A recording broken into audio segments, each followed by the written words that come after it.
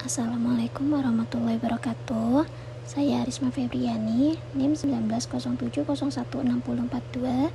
Di sini saya akan menjelaskan mengenai virtualitas kehidupan, masyarakat cyber, dan lenyapnya batas sosial.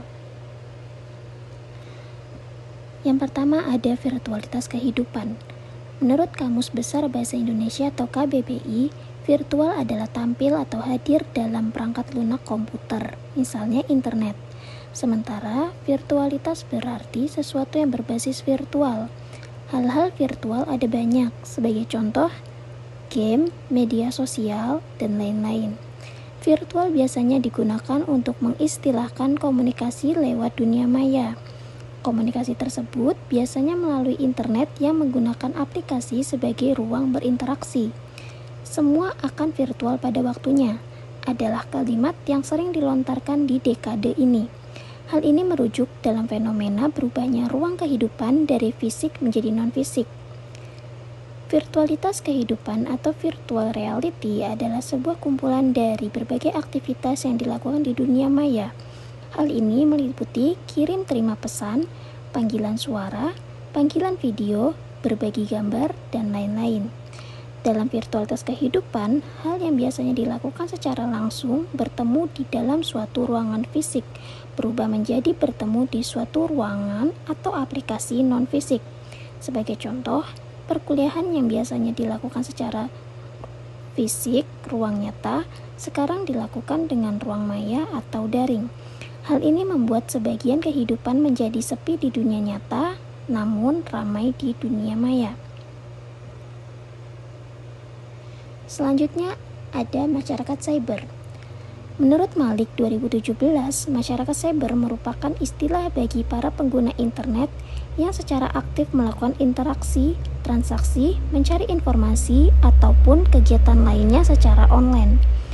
Masyarakat cyber sebenarnya terbentuk karena adanya interaksi yang dilakukan menggunakan perantara perangkat dan sebuah media aplikasi. Salah satu media yang paling banyak digunakan adalah media sosial. Ada banyak kegiatan positif di dunia virtual yang dilakukan masyarakat cyber. Kegiatan positif tersebut bisa berupa penggalangan dana bencana, info kejadian, dan pembentukan komunitas virtual. Komunitas virtual biasanya terbentuk karena adanya kesamaan hobi, pandangan, atau gagasan, selera, dan lain-lain. Komunitas virtual ini hadir dalam berbagai bentuk seperti sebuah grup, halaman, atau fanbase. Komunitas virtual ini biasanya lebih disukai karena tidak mengenal batasan sosial, di mana pada media sosial seseorang bisa melakukan komunikasi tanpa identitas. Komunikasi lewat media sosial ini pun biasanya berlangsung lebih terbuka dan bebas. Fenomena ini akan membuat suasana media sosial berbeda dengan suasana dunia nyata. Biasanya, dalam komunitas virtual, para anggotanya tidak mengenal anggota lain secara penuh. Mereka tidak mengetahui dengan jelas bagaimana latar belakang atau identitas sesama anggotanya.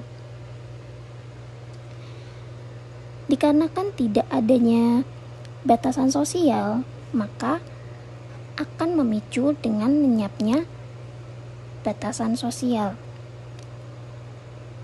Menurut Alan 1992, lenyapnya batas sosial disebabkan oleh puncaknya modernisasi. Situasi demikian dinamakan sebagai era hypermodernisasi kontemporer.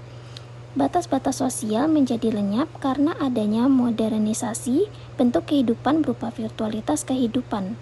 Lenyapnya batas sosial terjadi ketika media informasi menjadi transparan dan bisa diakses oleh siapa saja. Kemudahan akses inilah yang menjadi batas-batas tersebut hilang.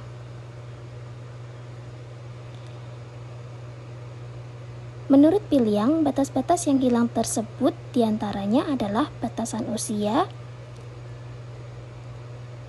batasan pemerintah, batasan ekonomi, hingga batasan kebenaran. Batasan usia sendiri dilihat dari konten yang bisa diakses dengan mudah segala usia. Pornografi adalah fenomena yang paling sering muncul. Anak-anak bisa mengakses pornografi dengan mudah.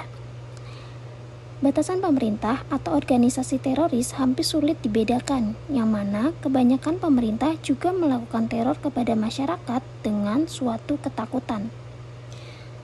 Batasan ekonomi berkaitan dengan penipuan keuangan, kripto, hingga marketplace yang semua orang bisa berjualan di sana.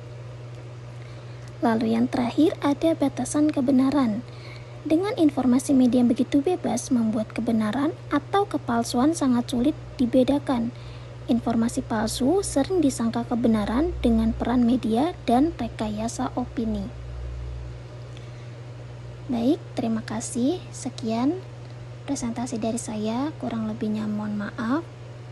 Wassalamualaikum warahmatullahi wabarakatuh.